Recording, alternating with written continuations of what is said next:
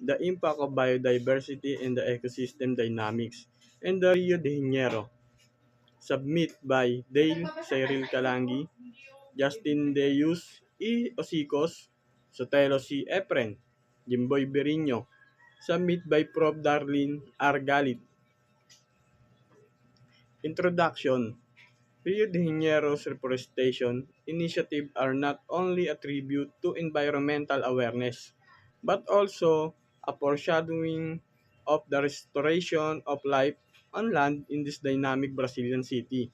As urbanization spread, Rio de Janeiro's once lush landscape were encroached upon by concrete and construction, resulting in the reduction in the biodiversity and the green spaces.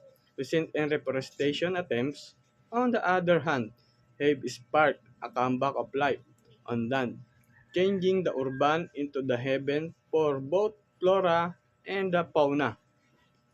Rio de Janeiro's regeneration efforts have intentionally targeted areas that have been substantially damaged by deforestation and the human activity. Native trees, species that have been carefully selected to flourish in the local environment have been restored. Promoting natural ecosystem restoration, this initiative have not only improved the city's aesthetic appeal, but have also played an important part in the creation of the microhabitats that support diverse plant and animal life.